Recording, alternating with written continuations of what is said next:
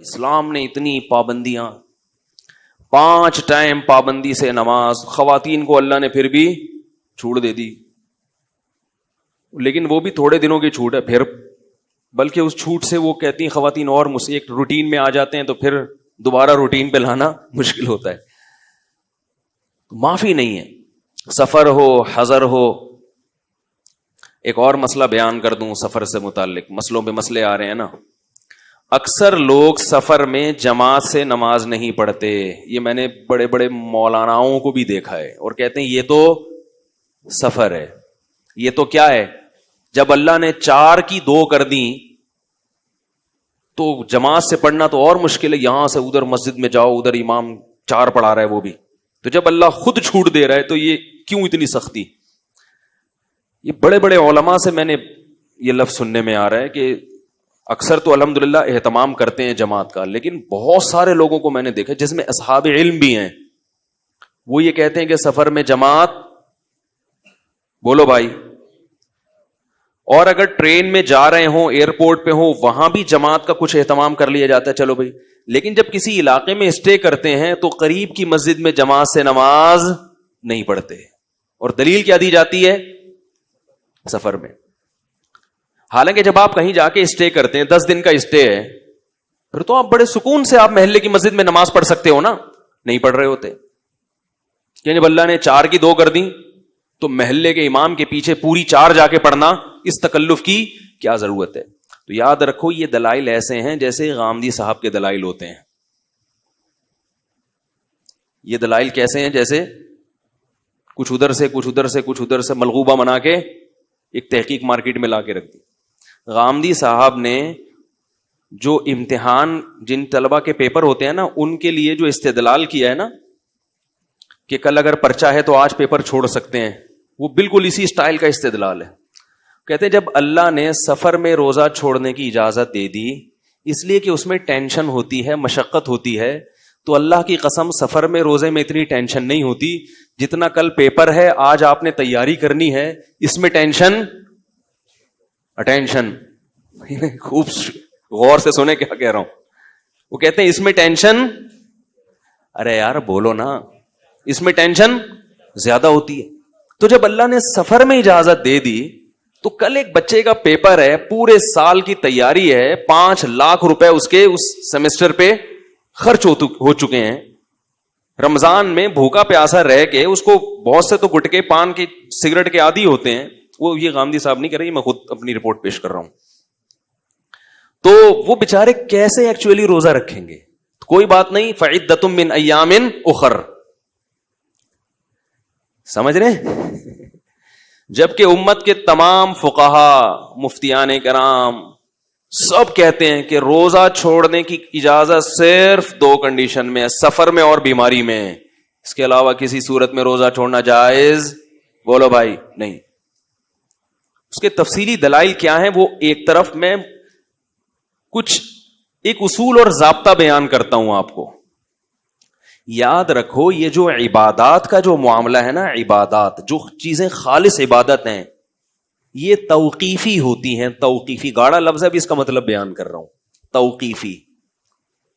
توقیفی کا مطلب جیسے نقل ہے اسی نقل پر اکتفا کیا جائے گا، اس میں اپنی عقل کو دخل، بولو بھائی، نہیں دیا ہے. کیونکہ جو عقل کو دخل دے گا نا وہ بڑی بیقلی کی باتیں کرے گا اس میں. جیسے بھی میں آپ کو غامدی صاحب کی مثال دیتا ہوں، انہوں نے جو فلسفہ بیان کیا ہے نا، وہ فلسفے پر خود بھی یہ عمل نہیں کریں گے.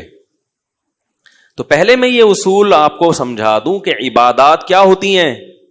عبادات کا معاملہ توقیفی ہے، موقوف ہے. کس پر؟ اللہ اس کے رسول پر. جیسے بیان کر دیا ایز اٹ از آپ نے اس کو لینا ہے، اس میں اپنی افلاطونیاں اور بقراتیاں نہیں چلیں گی، ورنہ آپ کا پورے دین کا ایسے ستیہ ناس ہو جائے گا جیسے یہود و نصارہ کا دین تباہ و برباد ہو گیا. انہوں نے بھی بڑی فلاسفرت کی، یہ اصل میں ایکچولی یوں تھا تو ایکچولی یوں تھا کر کے سیٹنگ ہی پوری آؤٹ کر دی. سمجھ رہے ہو؟ اللہ نے جہاں رمضان کے روزے بیان کیے وہاں ساتھ ساتھ بیان کر دیا فمن کان منکم مریضا او علی سفر، مریض ہو یا مسافر ہو، ختم. اب سفر کو اللہ نے بیان کر دیا, لہذا سفر میں اگر مشقت نہ بھی ہو تو بھی روزہ چھوڑنا, بولو بھائی, جائز. حالانکہ جناب غامدی صاحب کی تقریر کا خلاصہ یہ نکلے گا کہ سفر میں مشقت تھی اس لیے اجازت دی, اور یہ مشقت کل پیپر والے کے لیے بھی ہے لہذا اس کو بھی اجازت ہے. اس کا مطلب اگر سفر میں مشقت نہ ہو تو پھر غامدی صاحب کے نزدیک روزہ رکھنا کیا ہوگا, فرض ہونا چاہیے. میں کہتا ہوں ایک غریب آدمی جو بیچارہ جھونپڑی میں ہو, اسے کوئی اسلام آباد لے جائے جہاز میں بٹھا کے, اس کو اپنے جھونپڑے میں لوڈ شیڈنگ میں جو مشقت تھی سفر میں وہ مشقت نہیں ہوگی. وہ کہ یار موجہ ہی, وہ کہے گا روز میرے ایسے سفر ہوں. لیکن آپ خود بھی فتویٰ دیں گے کہ اس مسافر کے لیے روزہ چھوڑنا جائز ہے. سمجھ میں نہیں آ رہی بات. اس کو ایک اصول ہے, کیونکہ اصول فقہ نہیں پڑھا نا, مجتہدین کے استدلال کے طریقے نہیں پڑھے, مدرسوں میں تو پڑھا نہیں ہے, ادھر ادھر سے کچھ کتابیں کچھ یہاں سے کچھ پڑھ کے اپنا ایک نیا فقہ مارکیٹ میں لانچ کیا. فقہا ایک اصول بیان کرتے ہیں کہ شریعت میں جو خاص طور پر عبادتیں ہیں ان کا مدار علت پر ہوتا ہے, حکمت پر نہیں ہوتا. دیکھو بات سے بات نکلتی ہے, نماز پڑھنا فرض ہے, اس کی حکمت کیا ہے؟ ان الصلاۃ تنہا عن الفحشاء والمنکر, نماز بے حیائی اور برائی سے روکتی ہے. یہ اللہ نے اس کی ریزن بیان کر دی. ایک اور ریزن اللہ نے بیان کی, اقیم الصلاۃ لذکری, نماز قائم کرو مجھے یاد رکھنے کے لیے. نماز کی ریزن کیا ہے؟ اللہ کی یاد.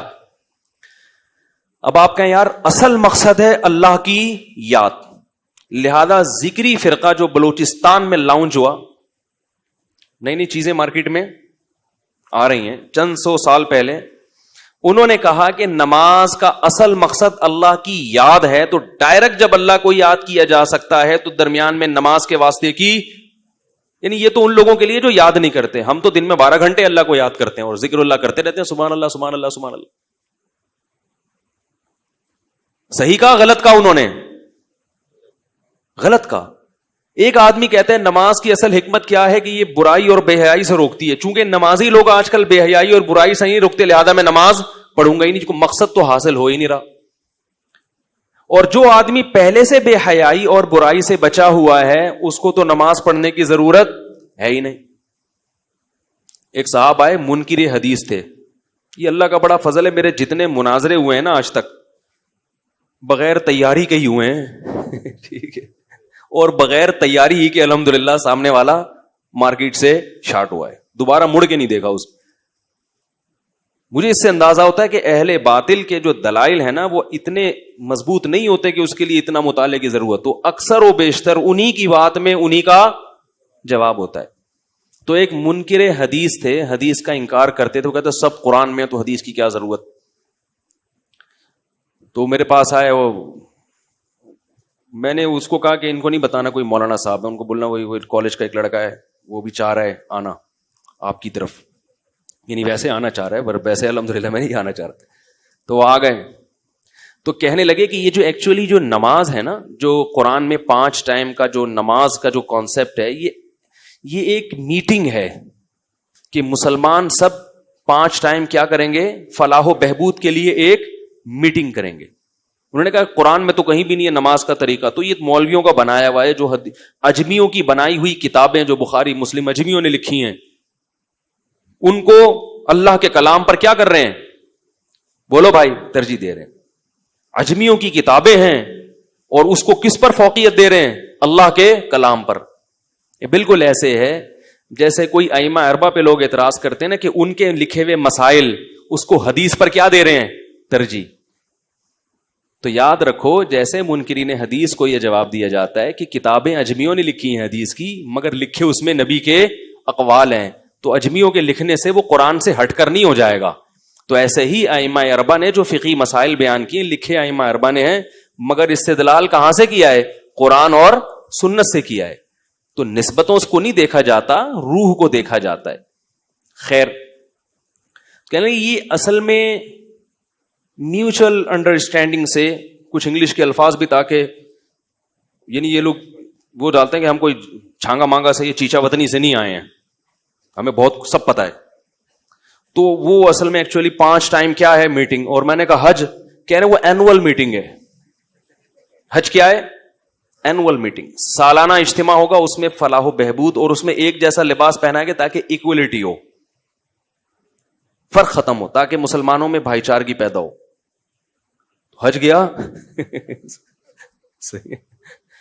میں نے ان سے ایک بات کہی, میں نے کہا اچھا یہ جو اللہ تعالیٰ نے کہا ہے 5 ٹائم میٹنگ کرو, ایک آفس کھول کے جو مسجد ہوگی, اور اس میں پھر مسلمانوں کی فلاح و بہبود کا سوچو, ریاست کو مضبوط کرنے کا سوچو, تو اس میں اللہ نے یہ کیوں کہا کہ وضو کرو؟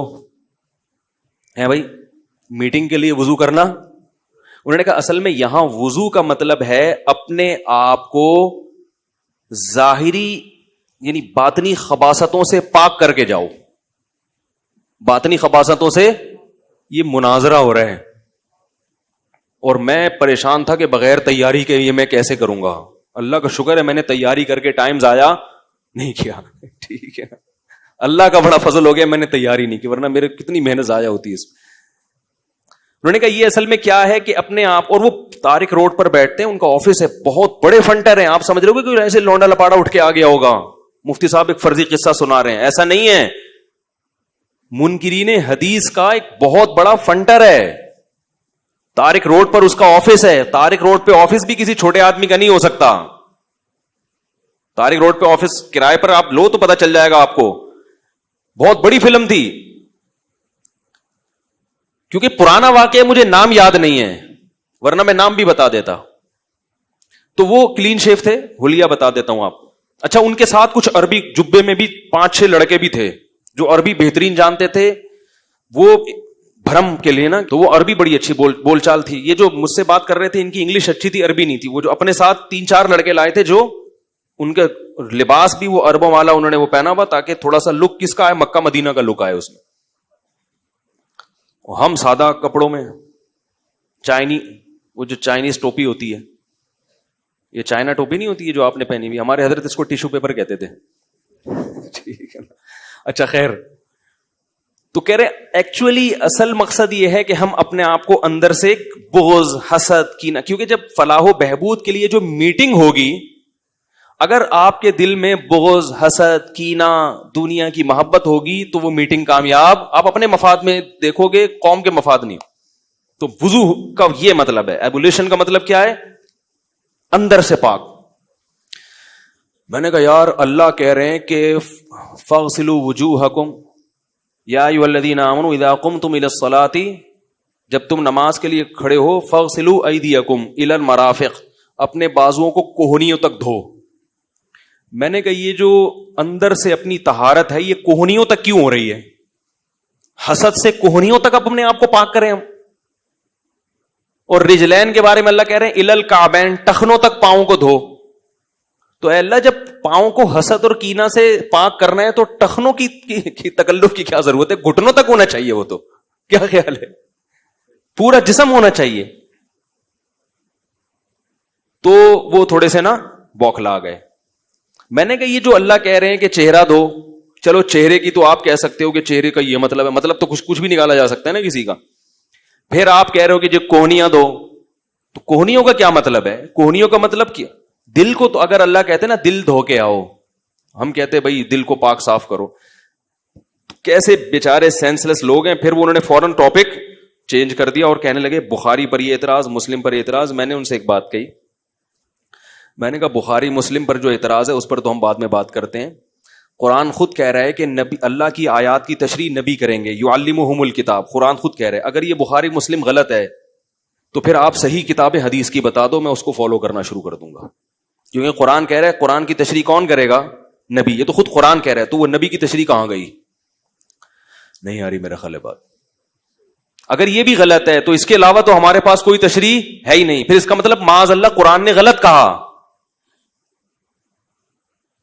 نبی اور یا قرآن نے یا اللہ نے نبی کی تشریح کی حفاظت ہی نہیں کی, تو پھر ہمارے پاس قرآن کی کوئی تشریح موجود ہے ہی نہیں. پھر تو یہ قرآن پر الزام لازم آتا ہے. اس کا مطلب یہ ہوا کہ آپ حدیث کا انکار کر کے ضمن میں اصل میں کس کا انکار کر رہے ہو؟ قرآن کا منکر بنا رہے ہو. تو خیر کہاں سے کہاں بات چلی جاتی ہے. کیا بات کر رہا تھا بھائی؟